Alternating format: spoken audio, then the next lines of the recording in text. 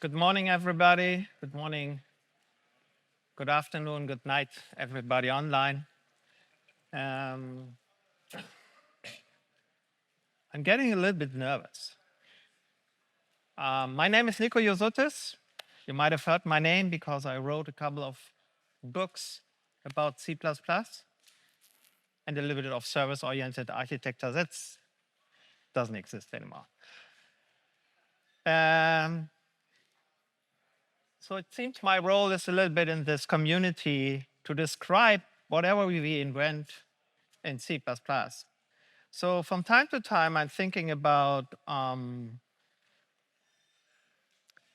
how should I teach C++? Because I sometimes give trainings to beginners. Well, not beginners in programming, but beginners in C++. Yes, they still exist.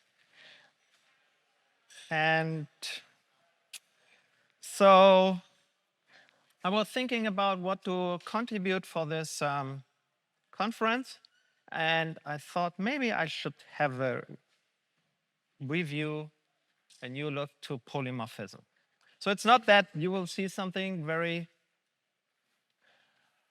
creative, new of thinking polymorphism. It's more, where are we? What do we have? What kinds of ways to deal with polymorphisms do we have? And what are the good and the bad aspects of that? So this is more looking at basics of C++. So, as we all know, and as we all probably most of us learned, polymorphism, well, is the idea that whatever we do, we find out at runtime what to do correctly. The word polymorphism just means one thing can mean different things. So if I close something, I could close a door, I could close a file, I could close a meeting. And so the word close has a polymorphic meaning in a way that it can mean very different things depending on the context. In programming, we have that to say, okay, maybe sometimes it's not clear which function we call. So for that, we have virtual functions. So we introduce interfaces like here, say, okay, I have a base class like geometric object with virtual functions. One is a virtual draw function here as one example. There should probably be more. Well, in fact, this is not a function yet, just a pure virtual function, so no implementation yet. So just introducing the interface and a virtual destructor, which you should always have. And then we derive from that abstract base class to have some concrete classes like circle and line. And there you really implement what different kind of concrete geometric objects you have. Having different attributes and having different implementations of draw. That's it. So the cool thing we can do with that, and that is what we all care about, is we can program inhomogeneous or heterogeneous collections. But unfortunately, you cannot declare them to use the base type geometric object directly because you cannot create a geometric object. It's an abstract type. You cannot create such an object. It's just introducing the interface. So you always have to deal with pointers or references. And as container types like vectors cannot deal with references, we have to use pointers. Okay, so we declare a vector of geometric object pointers. We can create a line and a circle, and we can push them into that data structure, into that vector. So we put the line into the vector, which means the vector refers to the line and refers to the center.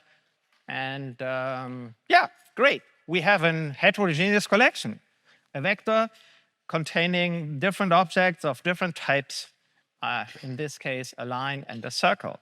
And then we can iterate, and here comes the magic.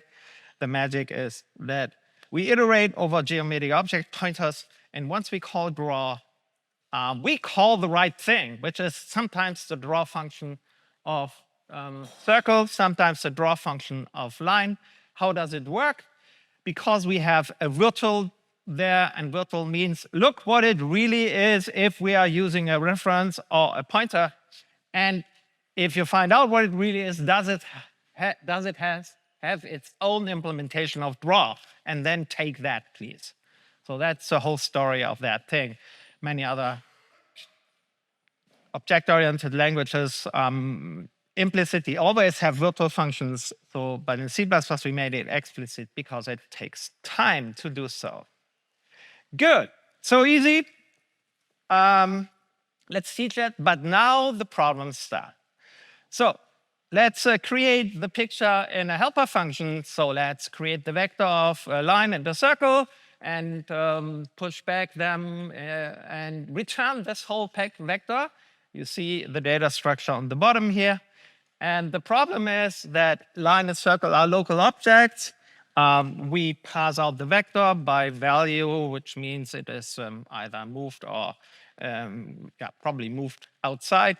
And the problem is with that move outside of the vector, we point to objects that no longer exist. So we are in trouble. That's a fatal runtime error, and yeah. Good. We have undefined behavior. Hopefully we have a cordam, because there are worse things than having a cordam. For example, not seeing a cordam until you deliver to your customer. Okay. So what do we have to do? Well, there are a couple of things you can do. And one of the things is, well, let's make sure the local line and circle we introduce into the vector, it does exist long enough. So that means beyond the scope of the create picture function. And one way to do that is let's use heap memory. So let's create the objects on the heap. And so heap I have here in violet. So let's create the object on the heap. And we get back a pointer. We push back these pointers into the vector. And now if we leave the function, we have, okay, we have a return value. And because we have created new line and circle with new, they are still there because nobody called delete yet. Good. Polymorphic calls for work. And oh, okay. We should not remove the elements from the picture, from the returned picture, because then we have a memory leak. Nobody will have ever any more access to the object. So before we do that, we should say, oh, let me first delete the objects in the vector, and then let's remove that. And just to be safe, well, so you iterate with the deleter, and then you remove the elements in the vector. This is, of course, error-prone, and there are a couple of things that can go wrong. By the way, you might think here about iterating with the reference to pointers when you delete them, because while you delete the object, you might say, once I've deleted the object, just because it's still stored in the vector, I make sure that I store there the null pointer, just in case somebody else, maybe from another thread, is right now using something like that, with the necessary caveat, of course. So just to be sure, or yeah, I forget to call clear or whatsoever, so I have made sure that inside my vector there is a null pointer, so I have the first element does no longer exist and point to nothing. Yes, in modern C++ we can use an optional or something like that. Good. That's it. Well, this is not solving the whole issue. We might have exceptions. So in case we leave the function in the middle, or we just have a return statement there, we have still a problem. So the better approach might be to have come up with a cleanup picture function that calls delete for all the elements and then remove them from the vector. So that's create picture, that's clean up picture at the end. But still, if we have some exception in the middle, we have to catch every exception and say, well, let's clean up picture here in case there's an exception, and then rethrow the exception further up. Programmers hate to write code like this, and beginners especially. So it's a basic problem that in C++ we have no intuitive, nice working programming model for inhomogeneous collections. Now you might say, well, I've seen other things. We come to that, like shared pointers also. Let's see. So this is what you have to program. So how can we do it better? Well, first of all, we can learn from the RAII principle, which says resource acquisition is initialization, which means instead of us cleaning up memory for objects we no longer need, somebody else should do that automatically. There's a nice feature. It's one of the most important features, I think, of C++. Compared to C, for example, which is destructors. Destructors clean up, and that gives us a chance to really wrap problems completely so that you don't have to deal with cleanup, with assignment, with copying, and so on. So to clean up a resource, initialize an object. That's the method. So in C, you have something like, let's open a file, and later on, let's close it.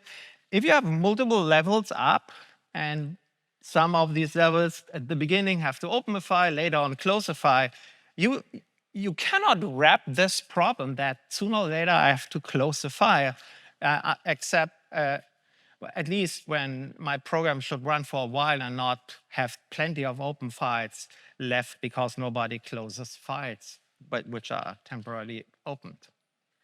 So in C++, we have the destructor doing that.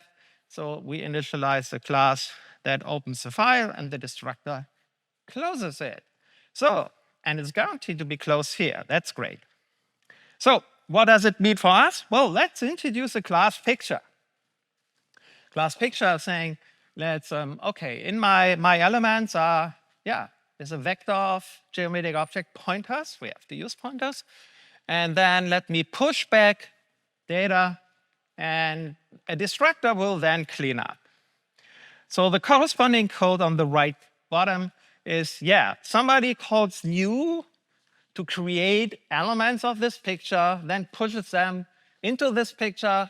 Well, here also in picture uses the term pushback for that, could also be insert or something like that. So, but now this picture can be returned as a whole, and the objects will automatically be destroyed when I leave, when the picture gets destroyed. So no memory leak also anymore on exceptions, because it doesn't matter why we destroy the picture, because of the end of the scope or because we leave the scope for other reasons. We clean up. Nevertheless, hundreds of problems can occur. One interesting problem is we have a picture and we copy the picture, then two pictures think they are the owner of the element. So we should disable copying to avoid multiple owners, which is not that tricky to do, but we can. Still, here's really something not good, which is the place where we allocate memory is completely decoupled from the place where we clean up things. So the caller, it's the responsibility of the caller to call new and to give me only a pointer to something that was called with new, or that was created with new. So think about, you create a line locally here and then instead pass with pushback the address of a local line. That's an interesting, even more severe segmentation fault than you have ever seen. Okay, so that's still not good design. We need new and delete together. We have to see that, everything fits fine. There's no problem of breakage. So the next option might be, okay, let's use insert line and insert circle, so that in that function we can call new and the new calls, and we see the delete. So we have both there. Still, we have to talk about copying. But so we have an insert line, insert circle. Now the application programmer code looks great, as you can see, but we have a problem. The problem is, whenever we introduce a new geometric object type, we have to introduce a new line to insert something into the picture. So we have a tight coupling between our different types of geometric objects and this picture that can deal with these types. That's not good. But the good thing is new and delete are completely encapsulated. Good. So how can we deal with that problem that we have too much tough coupling? So the usual trick is to introduce template parameters to say, yes, we have an insert function that takes as a first template parameter, what kind of thing do we want to insert into this picture? And that is, okay, here, first type T, that's a line or a circle you see in the application programmer code. We call insert line or circle. We explicitly specify the first type because that type cannot be derived from what we pass. And then we have all these arguments, and these arguments have to be passed to the underlying constructor of type T, which you see on top with the new call there. So we are using here Variadic templates. That means whatever we pass to create a line or a circle, doesn't matter how many arguments there are, doesn't matter what types they have, we pass it forward to the constructor of T. So any number of arguments of any types is passed to T. So with Variadic templates, we are able to do that, and it looks like that. But now you might say, but wait a minute, we have move semantics. Okay, move semantics is also there. So with perfect forwarding saying something to initialize a line, something to initialize a circle, maybe to initialize a string that is a geometric object which allocates memory. So we might have to pass something forward, and it's worth to pass it forward. If we just pass forward integral values, that's not a big thing, but we might pass forward a label that allocates memory. So we want to have perfect support for move semantics. And that is what you see here, that you say, okay, let's declare the arguments with type ampersand ampersand, so as an R value reference, and then use std forward so that we have here what we call a universal of forwarding references. Unfortunately, the C++ standard calls it forwarding reference, which is a little bit confusing. It's a universal reference, universally referring to temporary or non-temporary objects. And then with forward, you forward whatever that is to the constructor of this type. So that's the code. And with that code, you have more or less perfectly good performance, and it works fine. Now, how long do I need to teach that to programmers? So let's see what we need. We need new delete. Yes, in programming, programmers are using new and delete, but they have an issue with really understanding the difference between heap memory and stack memory. Yes, they are not all as smart as you are. And then we have to talk about universal or forwarding references. We have to talk about Variadic templates, perfect forwarding. Yeah, but okay. Oh, copy constructors. Copying is still a problem. We have to disable copying because, again, if we copy a picture, we would have two pictures owning the same element. That's also an issue. Okay. That is usually the place where we say to beginners, oh, I have something cool for you. That's smart pointers. So we have two kinds of smart pointers that are usable here, which is shared pointers and unique pointers. They are also RAII types because these types automatically clean up when there is a need to do so. So let's look at this example with shared pointers.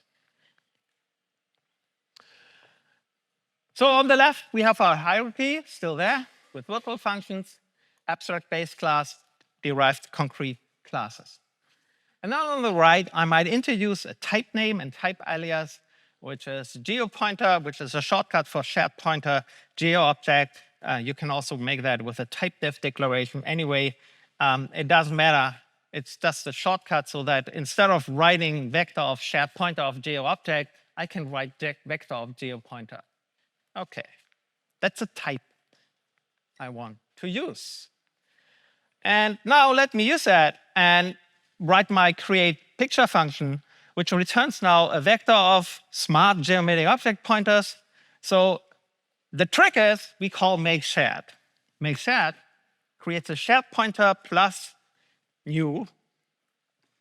So we allocate memory on the heap.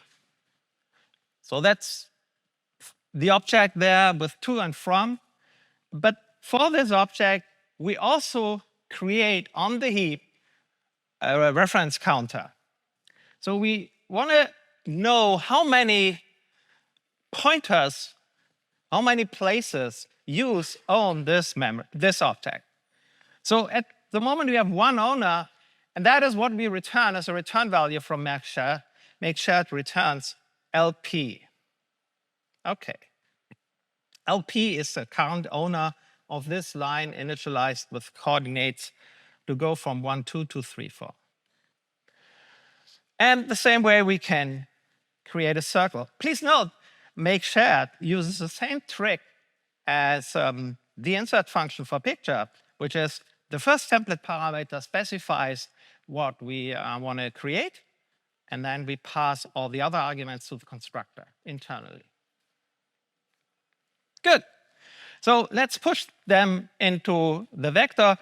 And as they are, again, pointers already, we just push them into a vector. And here you see on the left what's going on. If you push this shared pointer to a line into a vector, copying a shared pointer means we get a new additional owner. So you see the owner counter increments by 1. So we have 2 owners now. One is LP, one is the first element in the vector. And the same happens if we pass it to CP. Good. Okay, fine. We have our picture. So let's return it. Well, that's interesting.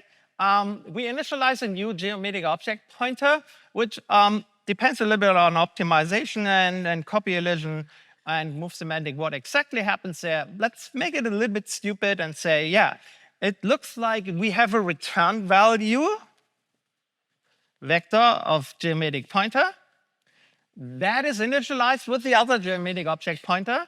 So we copy all the elements to there, but in fact, it's not a copy. Probably the vector will internally move the data. If we use an array there, then the elements are moved. So there are a couple of things that are in fact, in practice, happening slightly different. But the key point is, if you see it that way, you can say, so, well, with picture, we have a third owner for both the line and the circle. But on the other hand, we leave the function and the local objects, P, the vector, we return, and LP and CP, the pointers are destroyed. They destruct, they decrement the owner counter. So now in pict, we have the only owners of line and circle.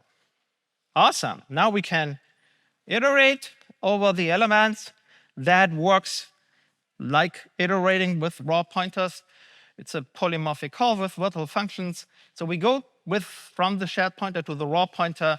That does a polymorphic, so a virtual function call, finds the right draw function to call. So for the line, the draw of the line, and for the circle, the draw of the circle. Great. And at the end, if we remove all objects, now here comes the magic.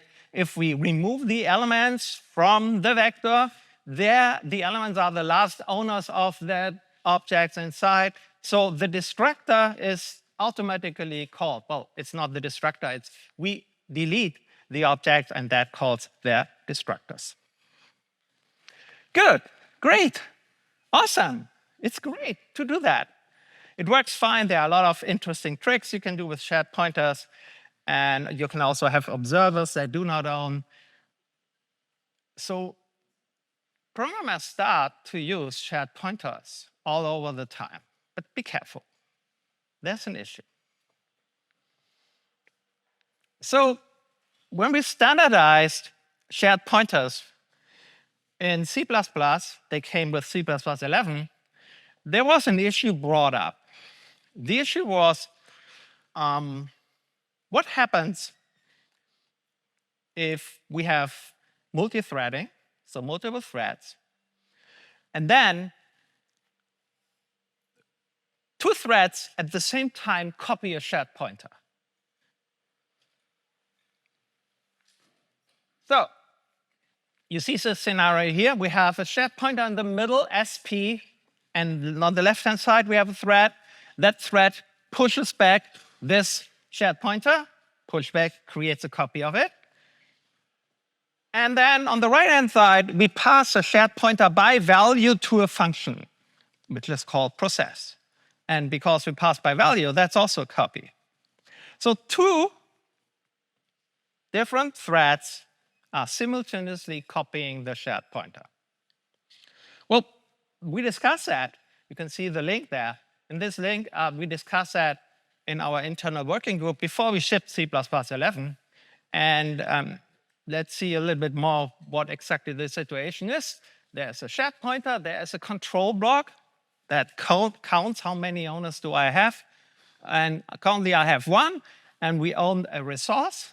And then up and down, we copy the shared pointer. And that means at the same time, they want to increment the owner counter.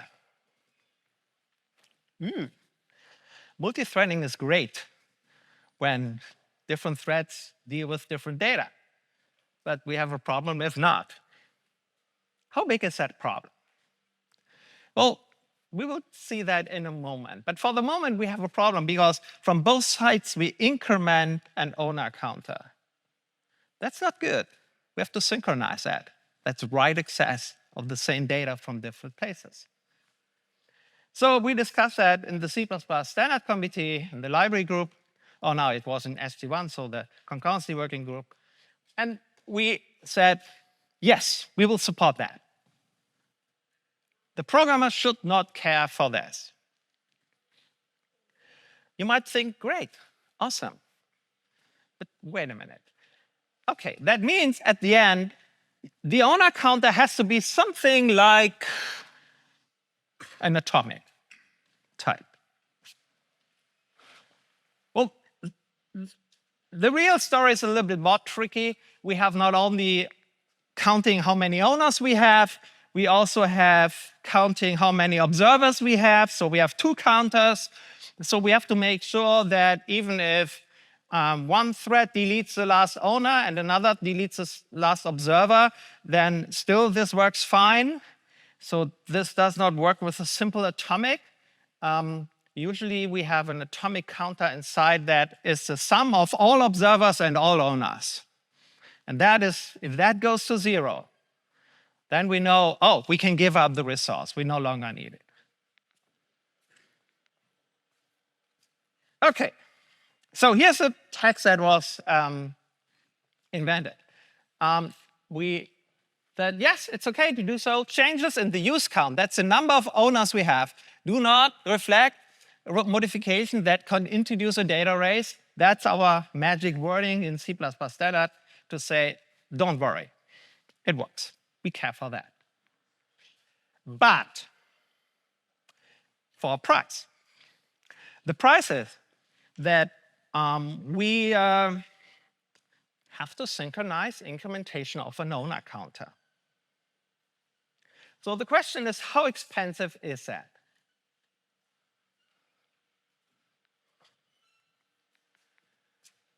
Please note, this is only about copying. It's not that we are thread safe with shared pointers when we do something else, like destroying something, assigning a new value whatsoever. So I brought you a program. That program is called shared pointer loop. That program does the following. Let's create a vector of shared pointers. Let's initialize it with 1,000 or whatsoever elements. So we 1,000 times, or so whatever this number is, call make shared for some type to push back an element in this vector. So we have kind of 1,000 shared pointers in a vector. Then let's iterate 1,000,000 times over all the elements and do something with that. Well, we use multiple threads. So every thread takes a part of that. So if we have 1,000,000,000 elements and we have 4 threads, then each thread has 250,000 elements. iterations over all elements. And then here's a magic trick in this program. That's this ampersand. That ampersand is optional. I can turn it on and off.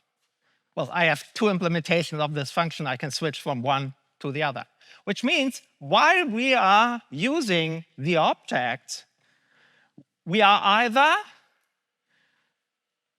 copying these shared pointers or not. And that way we can see how expensive is it to use shared pointers in a program. I prepared this code. I don't want to show. I want to show you that. That's all. So let's see.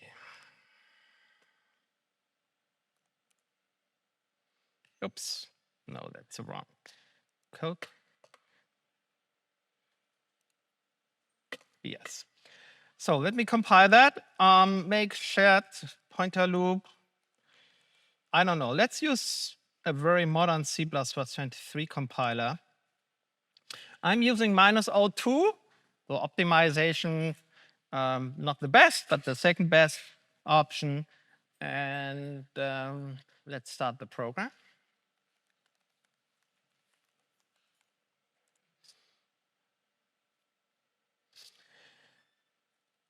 The program, I can parameterize for the number of threads I want to use.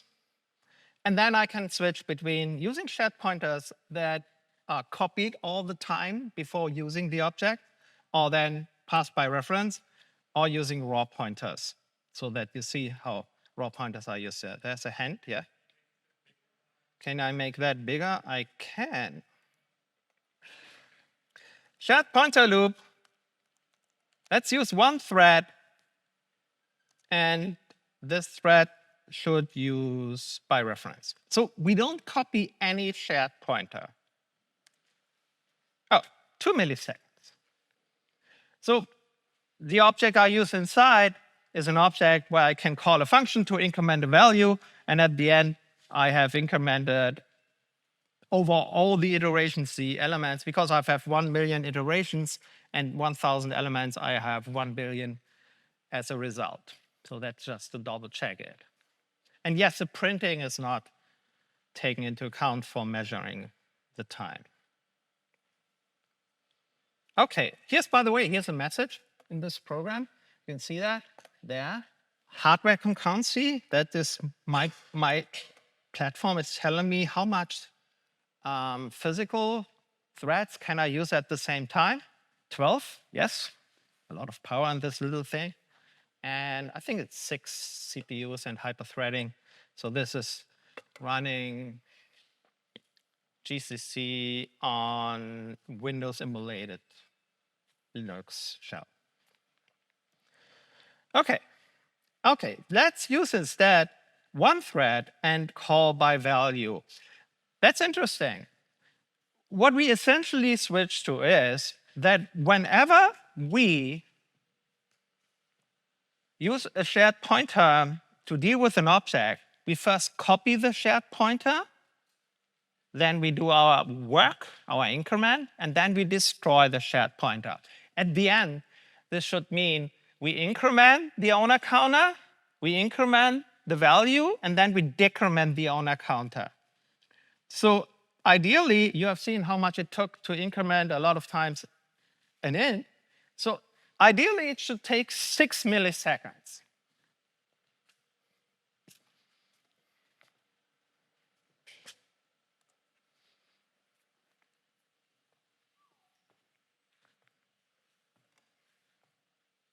This is longer than 6 milliseconds.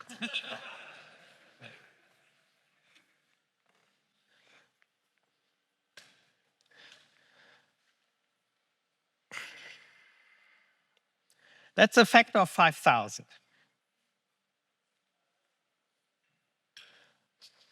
One thread. One thread. So we don't even need that.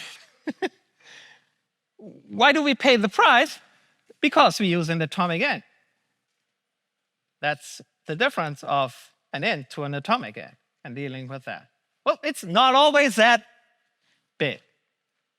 Trust me. It's, in other platforms, the overhead might be 2 or 10.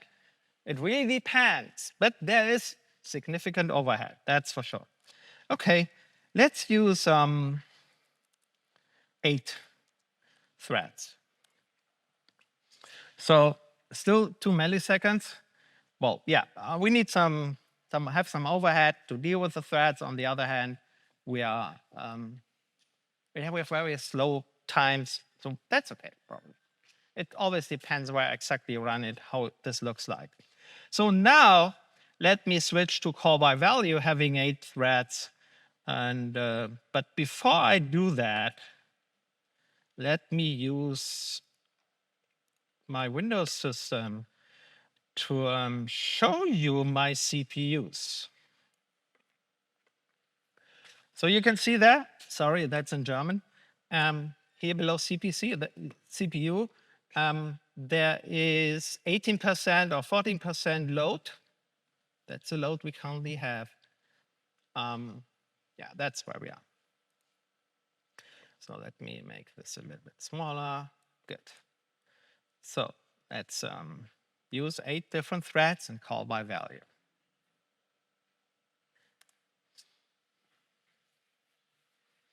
Look at the CPU load, 100%, 100%, 100%. And what is also a little bit surprising, it's not only 8 threads that I use, it's all 12. All 8 cores that I use, it's 12. That's magic operating systems. They sometimes do more than you want. And this, again, looks very different on different platforms. But now you see, yes, we have a factor of 10,000, more than 10,000. That's the price of shared pointers. Who knew that, by the way? OK, a few. You're still sitting here and not being bored? OK, it's fine. Yeah, that's the question? Price of smart pointers or atomics in general? It's a price. The question is it the price of smart pointers or atomic in general? That's the price of atomics in general. Yeah, other question? You have contrasted incrementing reference counting with atomics, not even decrementing at all. So we don't know what part is the incrementing and what part is the atomic of the cost. OK. Robert said, I have not explained why I have this factor. It could be incrementing, decrementing. It could be because I use an atomic at all.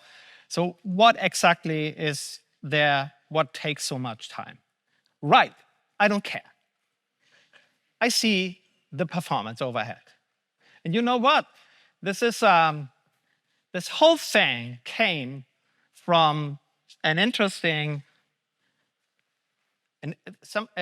story I had in my life. I was at a conference, and somebody was putting on the screen an example with shared pointers and saying, wait a minute,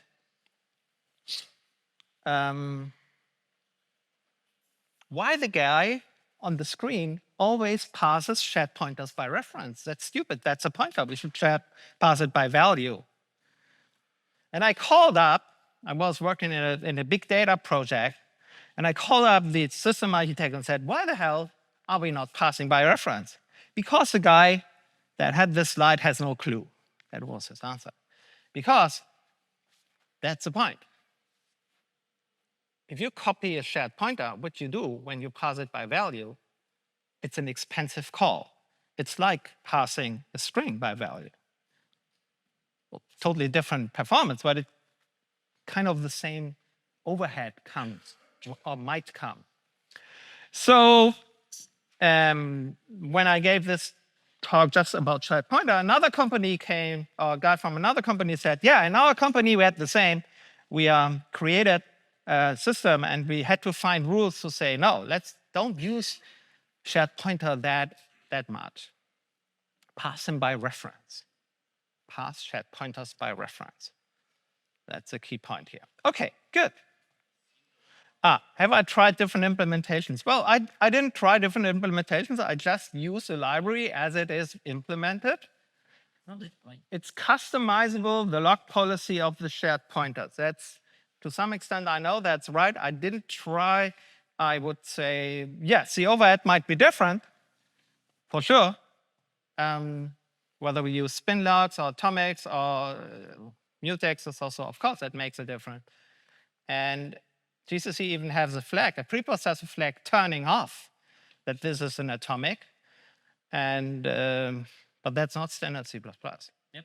So if we just use standard C++, we run into issues like this. Or we can run into issues like that. Okay, so that is usually one part of teaching where I say, no, we have an alternative, and the alternative is we use unique pointers. And with unique pointers, you don't run into that trouble. Same trick. Let's introduce a type that's a unique pointer of the underlying object type. And that means create a picture, make unique instead of make shared. Yeah, you cannot copy a unique pointer. The whole trick of that is we don't have an owner counter. We, at compile time, make sure that we never copy a unique pointer. That's one of the few optimizations that comes without any overhead, any runtime overhead. Because what you do is you disable copying. So if the code compiles, it's as fast as before. It's just that we make sure each and every object exists only once. You can still hand it over with move semantic to somewhere else. And with that, but you always have only one owner at a time. So we don't need owner counters, and that's it. So we have to move the objects into the vector. So that means the elements in the vector becomes the owners. LP, CP are no longer the owners.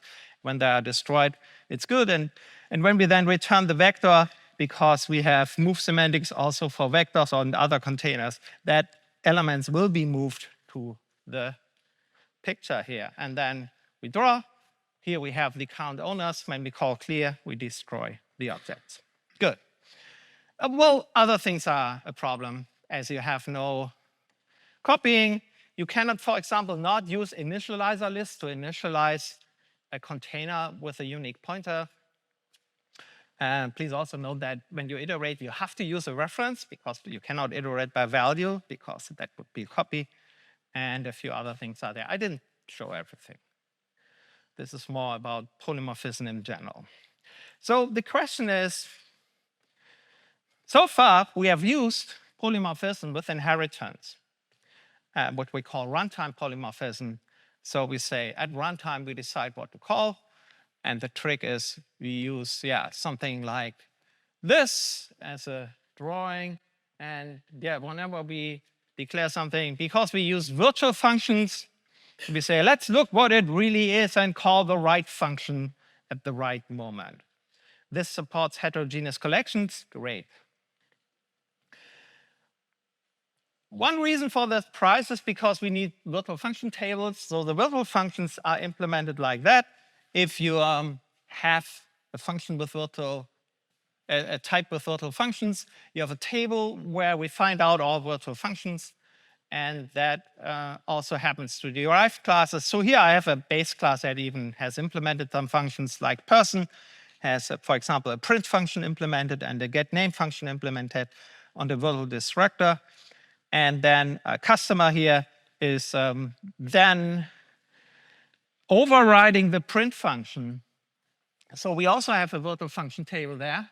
So you can, for each type, look up and see, hey, what is your print function? What is your print function? What is your getName function? And you see the getName function of customer is pointing to the person getName function, because there's no new implementation, while the print function is not newly implemented, and it points to there.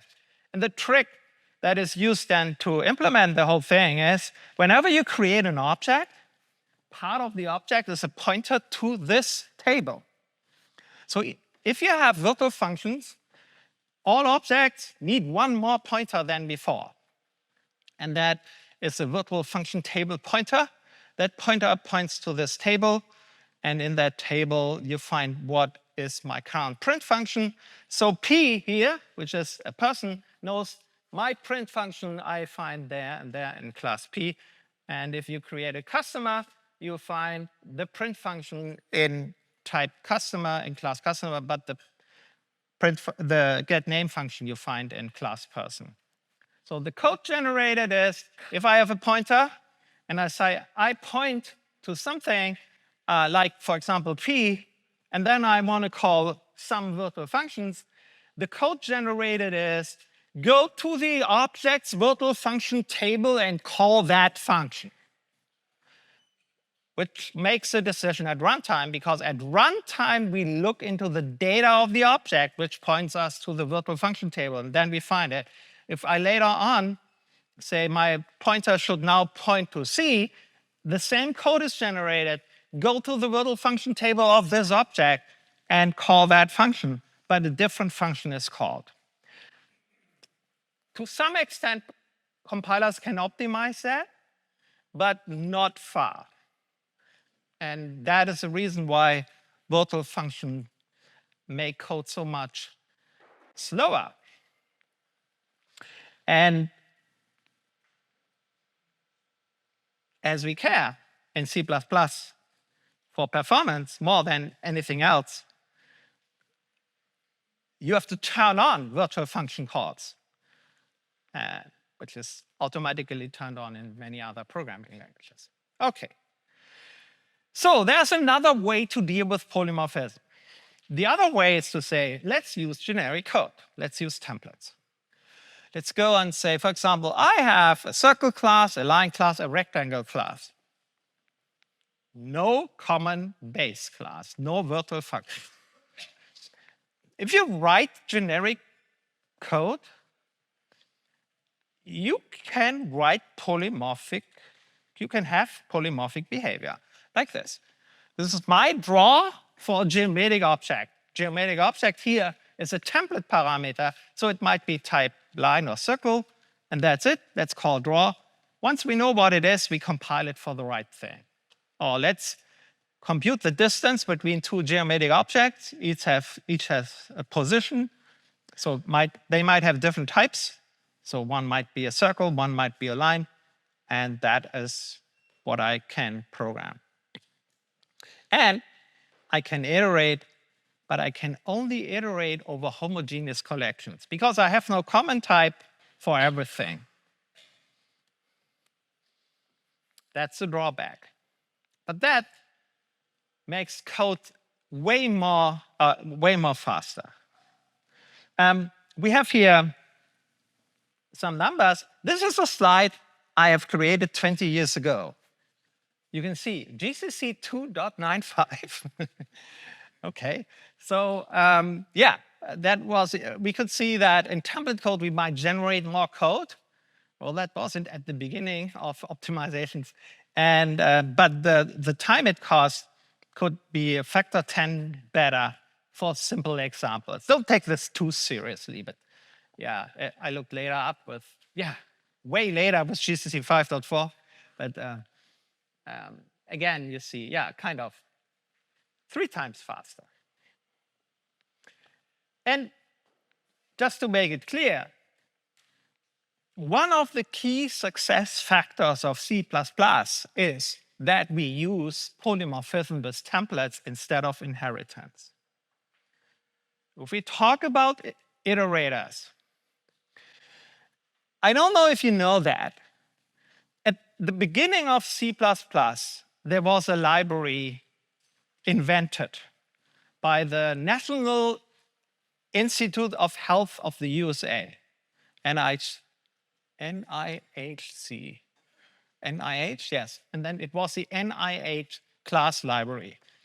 This was a library when C++ came up where they said, oh, that's an object-oriented language. So let's program in C++ like we do in Smalltalk. And they did. And they said, okay, you know what? Everything is an object, base class for everything. All functions are virtual. Then we have collections. And in that and we have iterators. And the trick was to iterate over collection. When you call a generic plus call, and at runtime they look, what kind of iterator is it? And then they choose the right plus implementation. So that was do next here. Where is it? Do next. And that called the plus operator. And then at runtime, we decided where to go.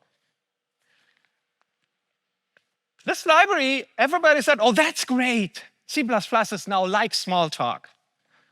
But it was a nightmare. And at the end, somebody else came out with the STL, the standard template library, said, no, that's stupid. We don't need runtime polymorphism for iterators.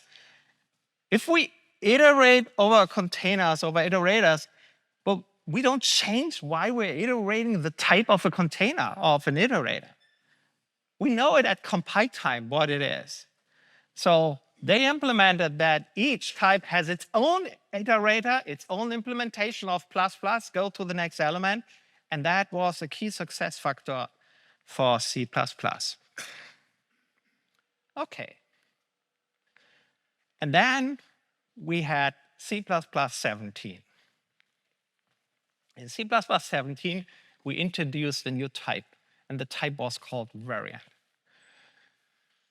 And among other things, this type supports polymorphism without inheritance. OK. Variant is kind of a union, saying, yeah, I can be this, that, or that. So here I say I can be an int, a long, or a string. The API is I can assign whatever I like. So I don't have to say I give you an int. I just give you something, and you will find out what it is. Even with implicit type conversions, like the hello string literal is converted to a string. And then you can ask at runtime, what do you currently own? That's a difference to unions, which is a keyword we have for objects that can either hold this or that. So this knows what it holds. So you have an index. If you stored hello, then the index is 2, because that's the third alternative type we have stored. OK, and then you can grab it with get, and either passing the index or the type. As C++ is a type-bound language, we have to know at compile time what is returned. So we cannot program this at runtime. OK, that's roughly it.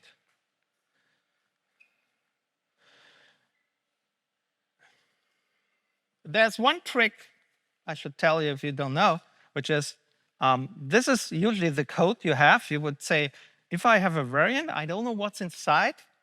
Let me look at the index. If the index is 0, I know, oh, this is an int. So let me call get for an int, get 0, and do something with an int, and otherwise do something with a string.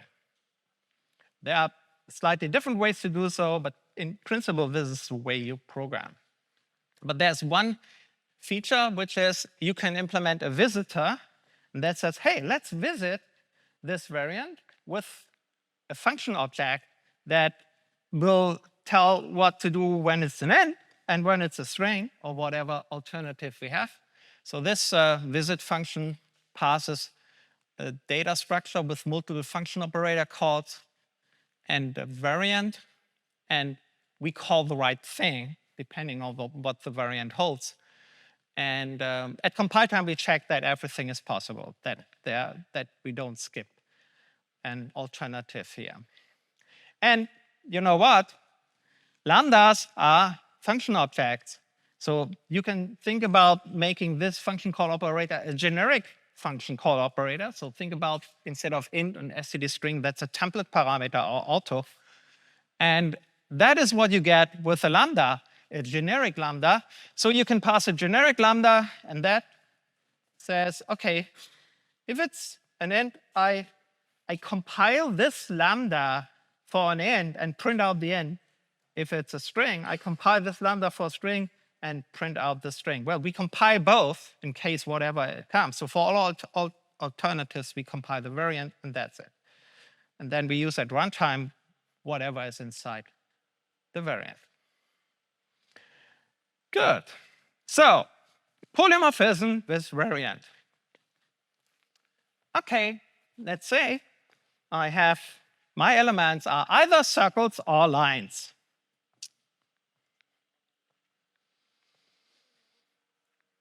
Let's create picture. This is surprisingly simple. There's no pointer inside. There's no new.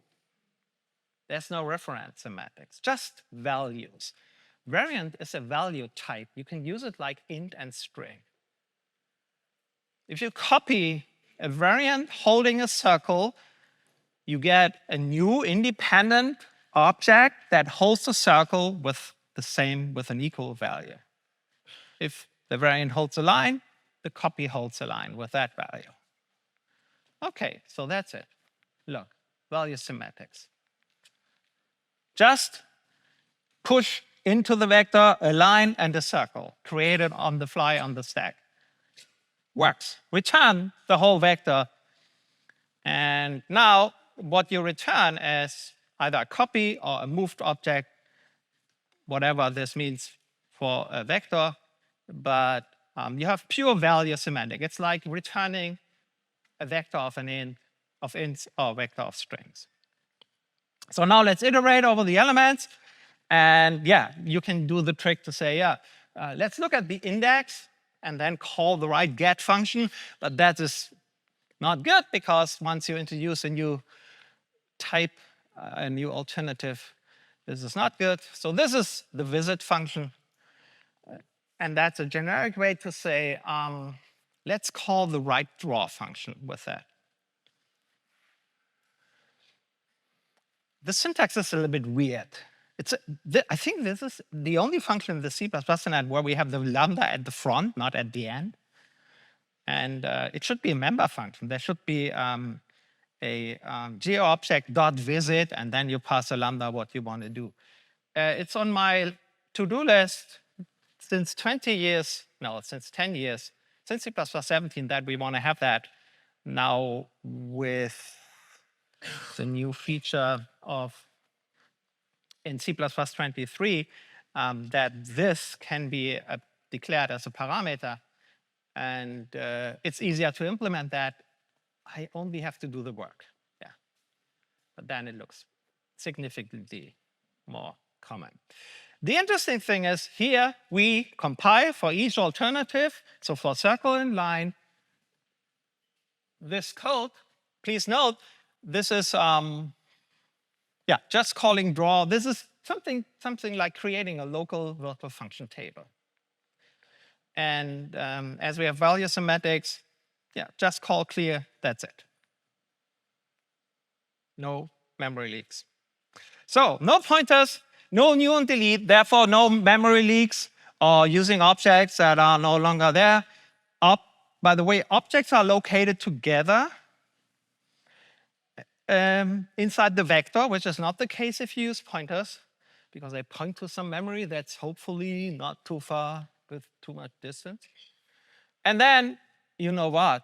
We don't use the basic type geoobject anymore. We don't need virtual functions anymore. We can remove everything. We can say it's just class circle, class line, both have draw. And if you think that's it, you might say, that's it. It compiles. Of course, that has a danger that you might also put in a vector a cowboy, because a cowboy has draw with a totally different meaning, polymorphism again. Draw for cowboys means take the gun. And so if you don't want that, you can still have a base class and so on. That's okay to do. But you don't need virtual functions. And that also shows there about a lot of optimizations. Yes. On the other hand, we create in a visitor kind of a local function table doing the indirection you have seen for virtual function calls. No pointers, no new delete, objects are located together, no common base class is required, no virtual functions are required. Drawbacks. All elements have maximum size. So if you think about, you come up with an alternative that is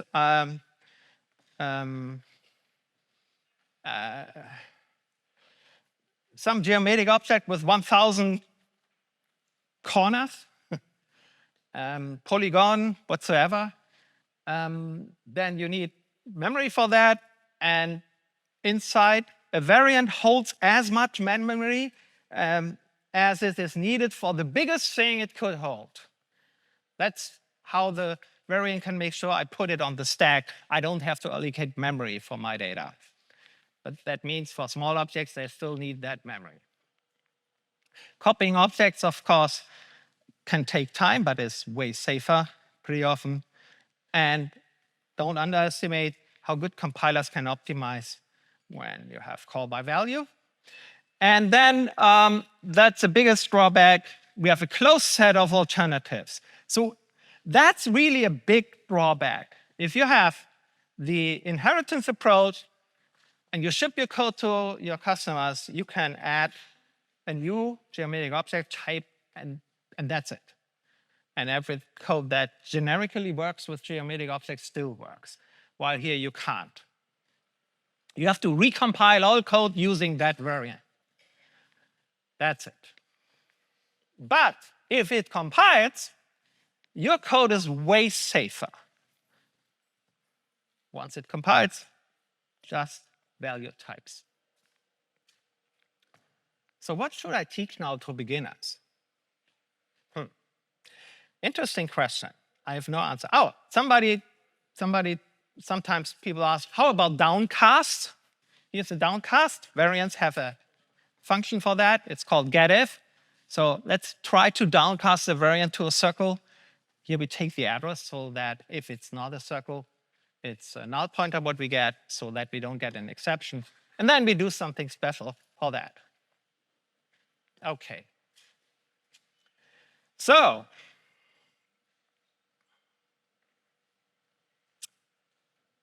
performance is, of course, an interesting question. How about performance? So that's an RAII type picture with inheritance. That's the RAII type picture with a variant. So instead of holding geometric object pointers, I would say I hold a variant that can be a circle line. Remember, if we add a new geometric object pointer, we need a change there, or we have to declare all the possible alternatives in one helper type using that type everywhere and recompile. So that's the insert function. And then copying is no longer a problem. Well, we copy the whole picture of all the elements and we create an independent copy of it. So we don't have to delete that. We don't need a destructor. We don't have to clean up. That's not necessary. But kind of a generic draw all the elements in the picture has to use the visitor to be called. So that's the difference between the two approaches.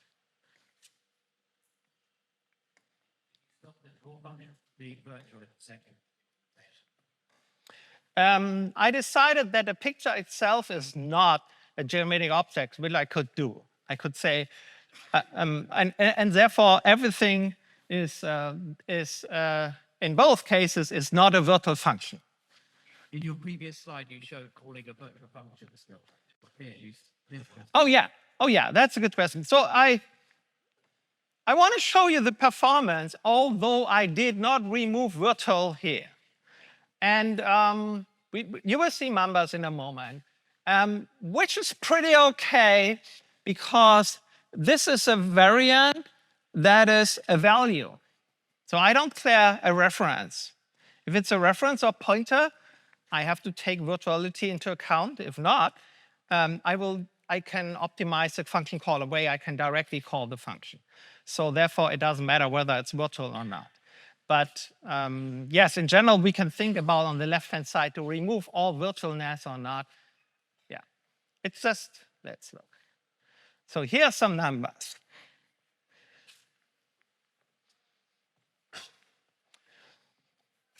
maybe we have time. We look at the code I tried to call. And you see the links here to Godbolt where you can see the stuff yourself.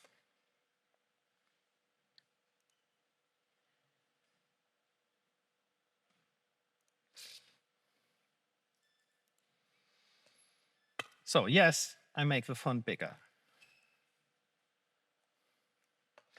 So this is the implementation of picture using variant of circle and line as a helper type. That's the insert function. I have also a reserve function because I internally use a vector. I wanted to make sure that not the whole memory, that the time is taken because we insert and insert and insert elements. So we can reserve at the beginning enough memory inside the picture for all the elements. Copying is not disabled. Destructor is not there. This is a draw function. I use auto here. Yeah, it's okay. I have also a function that moves an element to a different location. This is a downcast. This uses a getIf function to downcast the element, if that's a specific center, I do something. And this is my test code with a couple of chrono measurements. So just simple, not very precise measurements. So I can say how many elements do I want to have? That's this parameter. And then I create a picture with that many elements. I measure how much that takes. Then I move these elements. I measure how long that takes. Please note that this move is one of the member function calls I can do with all the elements.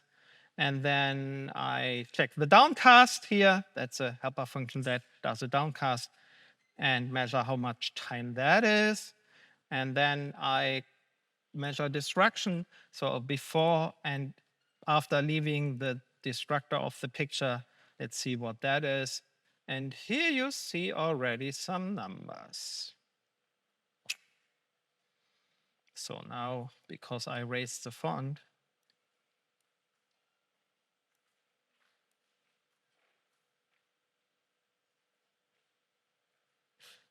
so this is for 1,000 elements.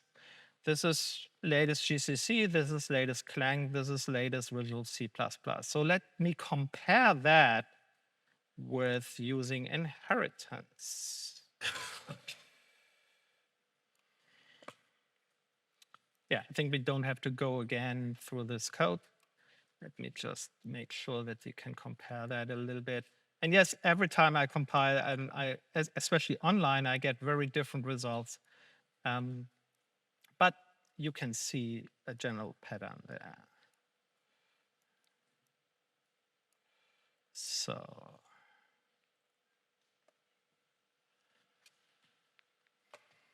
So let me just double check that I use the right term here, the right number, the same number. So this is 1,000 elements in each picture, and that's also 1,000. That's good.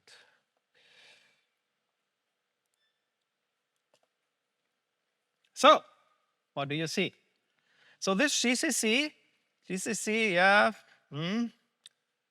15,000, no, 150,000 nanoseconds. This is a little bit less. Oh, I should not click on that, damn. It's one window on the other. So, okay, then here, yeah, that's a third. That's half. That's a destruction. That's a tenth, because here's 1 0 more. And here, let's see Clang.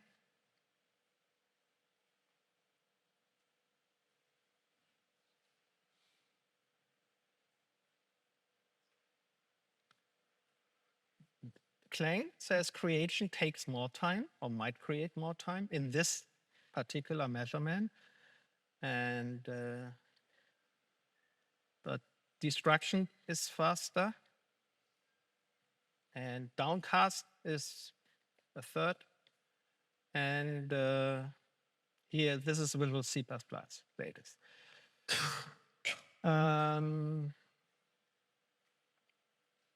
You see that destruction is a factor of 10 faster. And downcast is also a factor of 5 faster. Be very careful with these numbers. I might restart this measurement. I might have different numbers. But the whole point here is it might be worth to try it out, to see whether in your specific platform with your specific compiler and maybe a more stable environment, you have better numbers. Well, for measurements, Compiler Explorer is really not the best thing. So let me come up with a local compilation of everything here. That is geo object with inheritance. Let's use, I don't know, 100,000 elements. And then let's use here on my platform the version with variant. And that is pretty stable, this difference.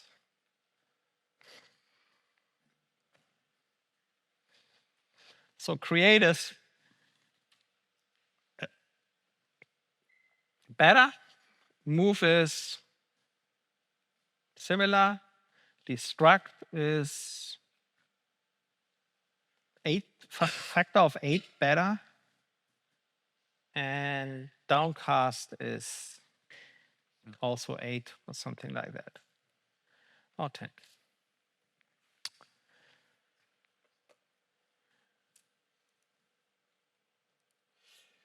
You will find the code in the slides. A surprising few programmers know about variant and polymorphic programming with them. And as I said, by the way, who knew that variant provides polymorphism? Okay, yeah, this is C++ on C. Why are you sitting here?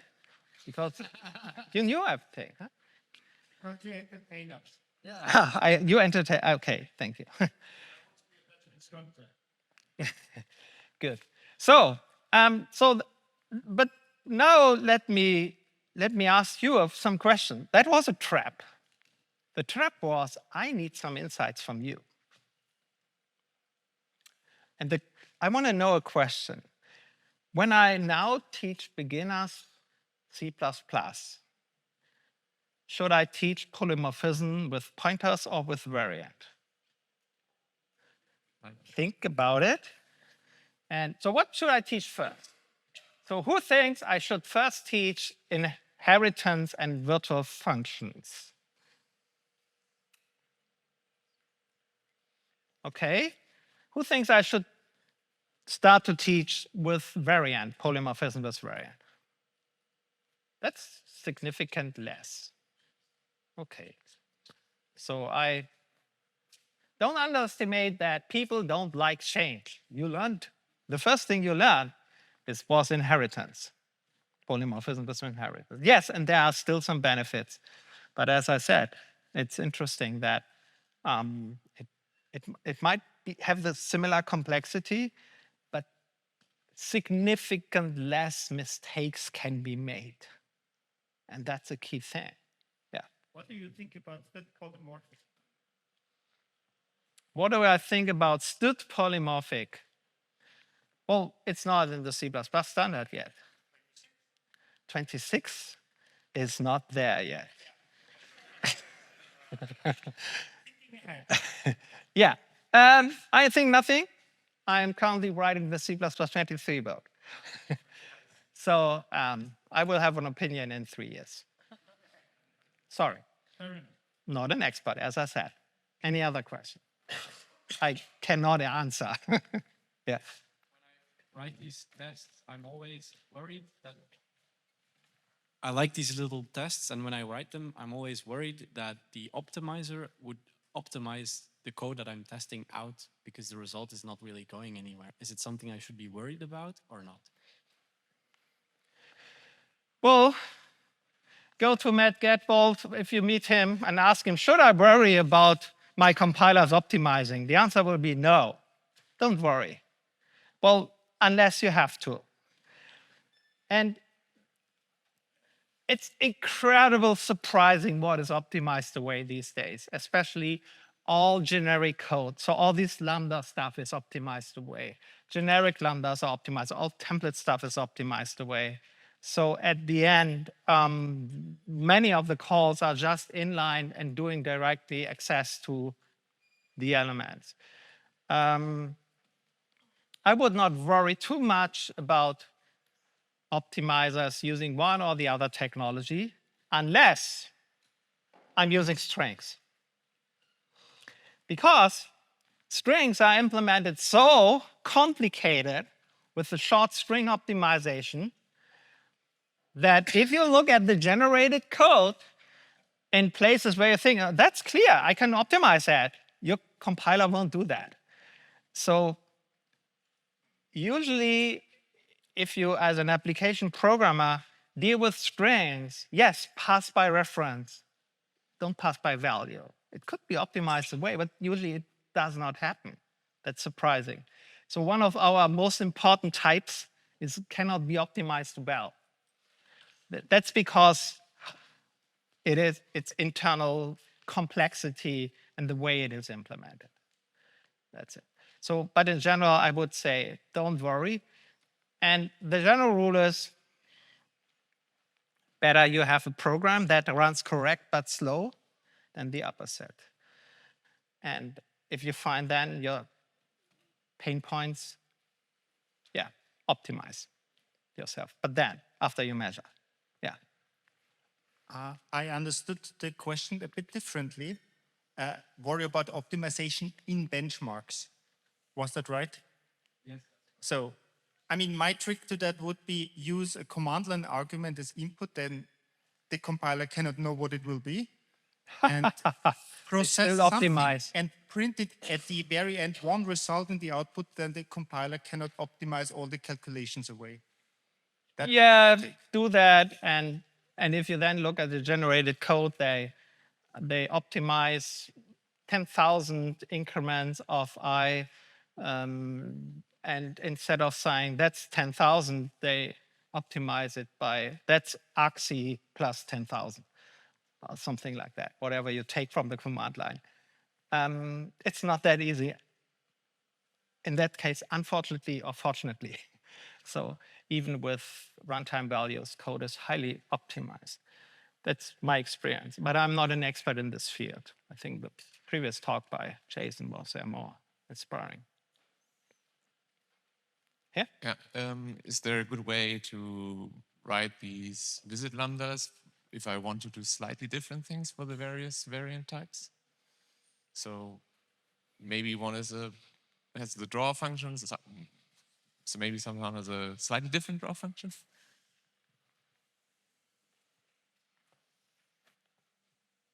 Slightly different way. You mean just saying draw or whatsoever? Well, probably, yes.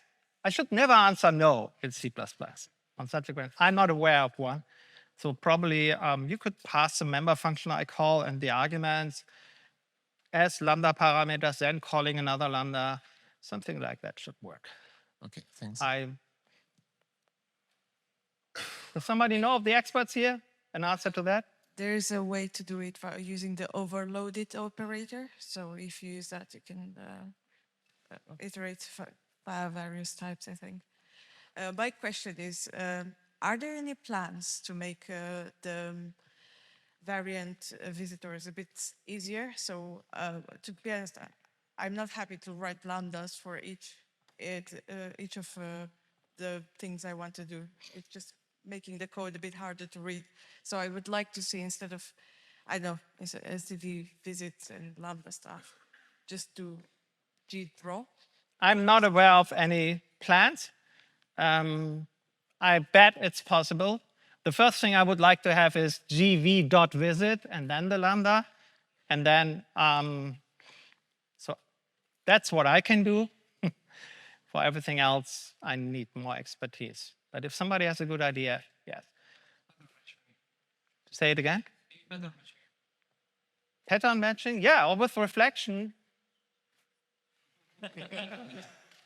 We can read the inheritance code and change it to a lambda. I don't know. Just let's see what comes with C++26. Any other questions? Yeah, sorry, I'm not expert enough to answer that. I'm pretty sure there are options to do that. The point is, oh, then Matthias has the answer. Actually, not the answer. I would like to just mention with gv.visit, you will not be able to handle all of the cases, because with std_visit you can actually put more than one variant in the list, and this is actually the reason why the lambda is the first one, followed by the list of variants as an arguments, right? So we make multiple dispatch on many variants at once. Okay, So Matthias explained why we have this nasty interface. It is that you can call for one lambda, you can apply this lambda, this visitor, to a couple of variants. How often have you done that, Matthias, in your code? Well, it happens, right? Yep. Yeah. So I don't want to remove that visit. You can still have it. Sure. I just want to say I would like to have gv.visit and then the lambda. That's it. Of course, that's an Yeah. valid interface. So both make sense. Yes. But you said, yeah, you said why we have that in that way. Yeah, and actually it's not like something not needed, right? I'm pretty sure that a lot of people in the audience actually had to do the double dispatch pattern or the visitor pattern with Gang of 4, right? Yeah. And it's actually the same thing, but Yeah. much easier. It's just that the basic case should be supported best. And sometimes we are not good in that in C++ standard committee. Okay, I think that's it. Thank you very much. I hope it was helpful, or you at least learned how to teach polymorphism. Thank you.